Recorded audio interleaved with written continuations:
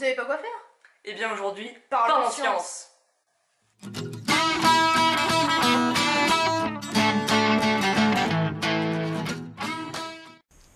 Durant une longue période de plusieurs milliards d'années, la vie n'a presque pas changé.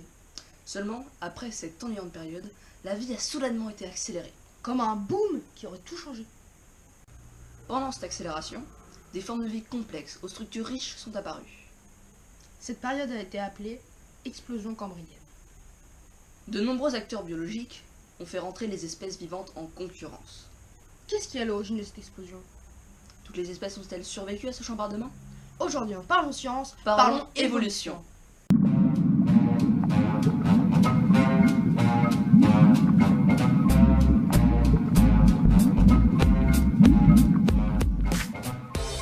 Nous allons tout d'abord vous parler de l'édicarien.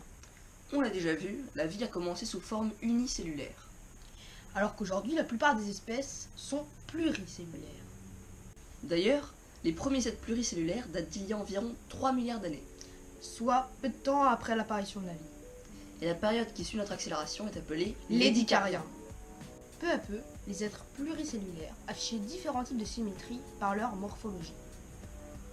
Tout d'abord, leur structure était très simpliste. Ils affichaient ce qu'on appelle une symétrie radiaire, c'est-à-dire qu'ils avaient un centre autour duquel ils se développaient. Les méduses ont ce type de structure.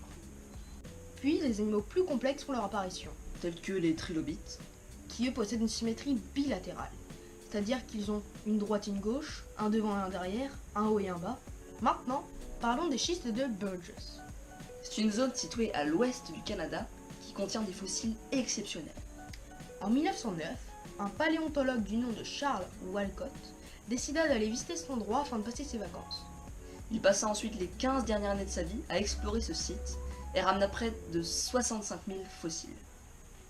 Ce qui rend cet endroit fabuleux est qu'on peut y trouver des fossiles révélant la forme des tissus mous des animaux. C'est une grande première.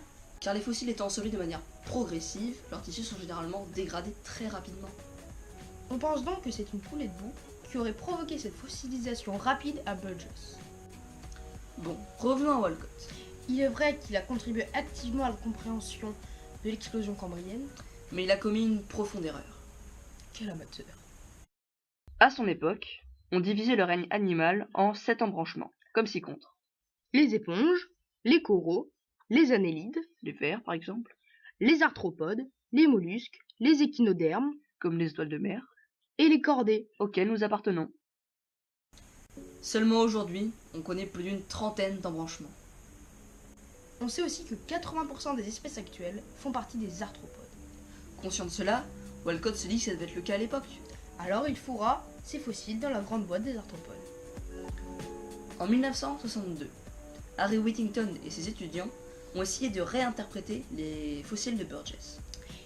Ils ont alors prouvé qu'ils ne logeaient pas du tout dans la boîte dans laquelle Walcott les avait placés. Ils ont même montré que certains de ces animaux avaient une structure anatomique très différente des animaux actuels. Très différentes.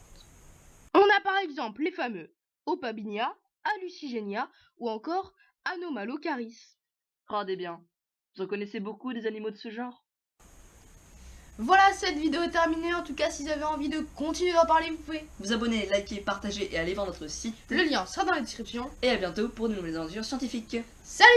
Hop hop hop hop hop. Ah oui, et on vous laisse sur ces belles images.